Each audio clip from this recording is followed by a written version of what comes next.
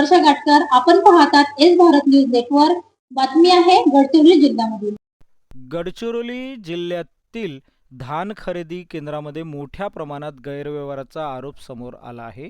आझाद समाज पार्टीच्या वतीने जिल्हा पणन अधिकाऱ्यांना निवेदन देत तात्काळ चौकशीची मागणी केली आहे.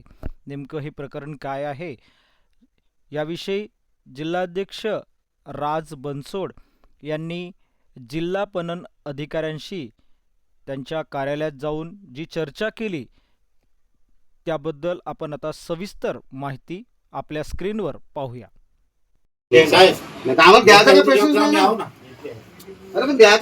शेतकरी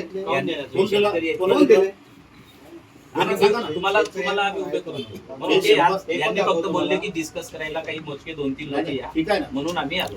100 वर घेतला सर म्हणजे कोणत्या तुम्ही हमालीला लागणार कोणते 100 रुपये म्हणजे कोणत्या कर्मचारी कोणत्या कर्मचारी 100 रुपये संस्थेचा खर्च कोणते संस्थेचा खर्च म्हणजे साहेब आहे का तसं नोंदणीचा नाही. एमएसपीच्या नियमानुसार तसं काही घेण्याची आमच्या संस्थेला शासन दान खरेदी करताय ना, बरोबर आहे.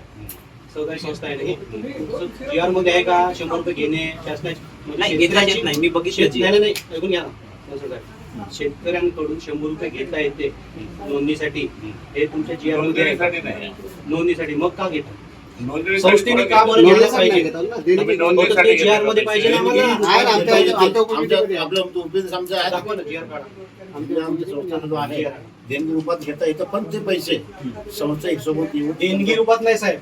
तुमच्या पावतीवर काय दिलं आहे दाखवा. तुमच्याकडे आहे का पावती? आता इथं पावती आहे ना, दाखवा ना. पावतीमध्ये का लिहिलं आहे? देणगी झाली देणगी झाली, पावतीमध्ये का लिहिलं आहे ते सांगा ना. मोबाईल मध्ये निवेदनात सर्व केंद्राची स्वतंत्र चौकशी, दोषीवर गुन्हे, शेतकऱ्यांना परतवा तसेच प्रत्येक केंद्रावर डिजिटल वजन यंत्रणा आणि CCTV बसवण्याची मागणी करण्यात आली.